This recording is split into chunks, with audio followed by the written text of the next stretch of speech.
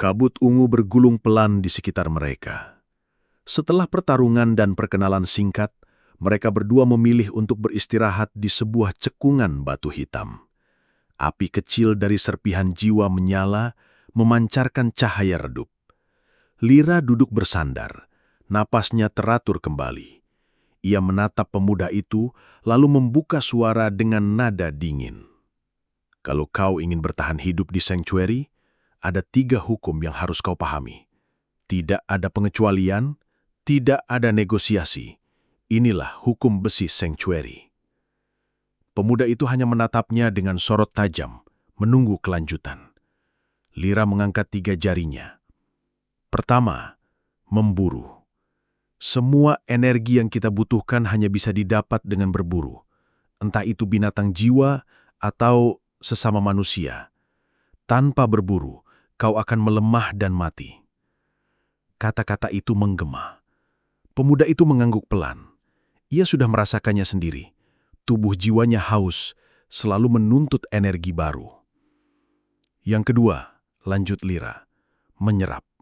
Memburu saja tidak cukup. Kau harus bisa menyerap dengan cepat, atau energi itu akan terbuang. Banyak buangan mati bukan karena kalah bertarung, tapi karena gagal menyerap dalam waktu singkat. Pemuda itu teringat bagaimana ia menyerap kabut jiwa 3 pria yang ia bunuh. Cepat, deras, seakan tubuhnya memang diciptakan untuk itu. Ia menyadari kelebihannya ada di sini. Lira menatapnya lekat-lekat, seolah bisa membaca pikirannya.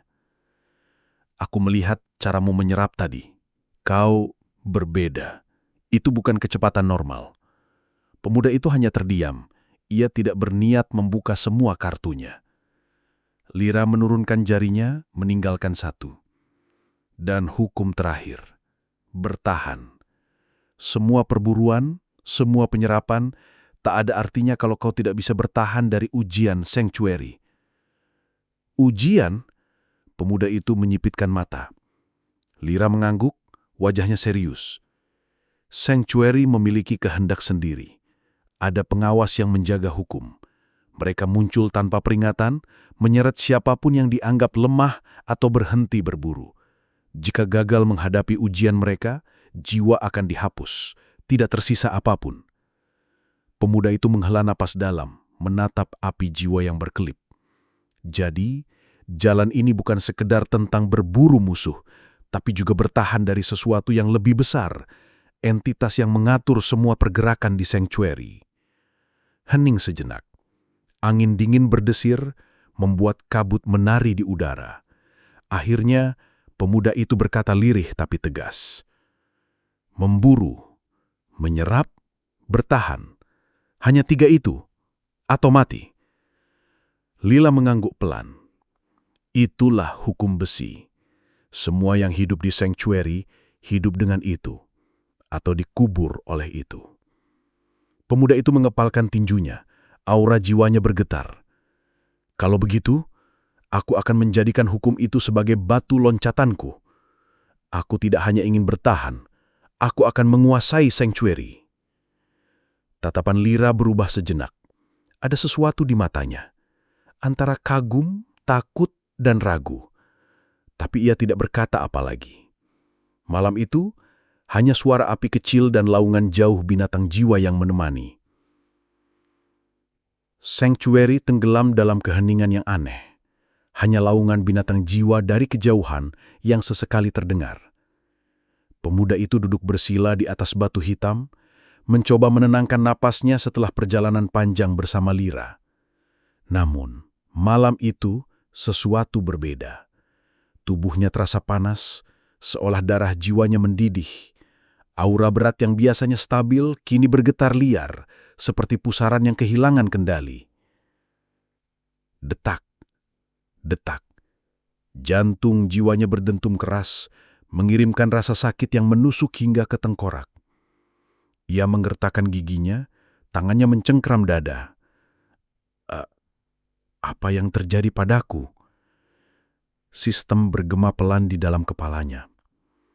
Peringatan, gejala lapar jiwa terdeteksi. Tubuh jiwa berat membutuhkan energi secara konstan, Jika tidak terpenuhi, jiwa akan runtuh dari dalam. Ia mengerung keras, rasa perih menyerang urat-uratnya, seolah ada 1000 jarum menembus dari dalam. Pandangannya mulai kabur, tubuhnya gemetar tak terkendali. Lira yang duduk tak jauh darinya segera terkejut. Apa yang terjadi padamu?" Ia melihat aura gelap keperakan memancar liar dari tubuh pemuda itu, memecahkan batu di sekitarnya. Wajahnya memucat. "Tunggu, jangan bilang kau mengalami lapar jiwa."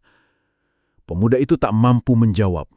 Tubuhnya merosot ke tanah, menggeliat menahan sakit.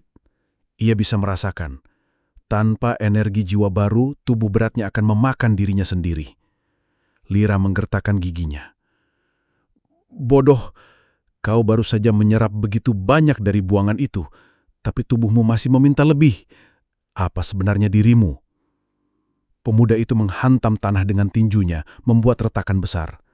Dengan sisa kesadarannya, ia memandang Lira. "Bawa aku ke perburuan sekarang." Lira ragu sejenak, tapi melihat tubuhnya yang nyaris meledak, ia segera menarik lengannya. "Baik, kalau tidak, kau akan mati sebelum fajar." Mereka berlari menembus kabut ungu. Setiap langkah terasa berat bagi pemuda itu, tapi dorongan lapar membuatnya terus maju. Tak lama, mereka menemukan kawanan kecil binatang jiwa dengan mata merah menyala. Tanpa ragu, pemuda itu menerjang meskipun tubuhnya penuh luka-buka. Dum! Tinju beratnya menghantam salah satu makhluk, memecah tubuhnya jadi kabut. Tanpa menunggu, ia menghirup kabut itu dengan rakus. Energi deras masuk ke dalam tubuhnya, meredakan sedikit rasa lapar. Tapi itu belum cukup. Ia meraung, matanya bersinar liar, lalu menghantam makhluk kedua, kemudian ketiga. Ia terus menyerap, terus menelan, seakan tak pernah kenyang. Lira terdiam, menyaksikan dengan ngeri. Ini bukan lapar biasa. Tubuhnya seperti jurang tanpa dasar. Akhirnya setelah membantai seluruh kawanan, pemuda itu jatuh berlutut, napasnya berat, namun aura jiwanya kini lebih padat, lebih berat daripada sebelumnya. Ia mendongak, keringat menetes, matanya dingin. Sekarang aku tahu, aku harus berburu, bukan hanya untuk bertahan, tapi untuk tetap hidup dari hari ke hari. Lira menatapnya dengan wajah serius. Dalam hati ia berbisik, kalau ini kekuatannya saat baru mulai, apa jadinya jika ia terus bertahan?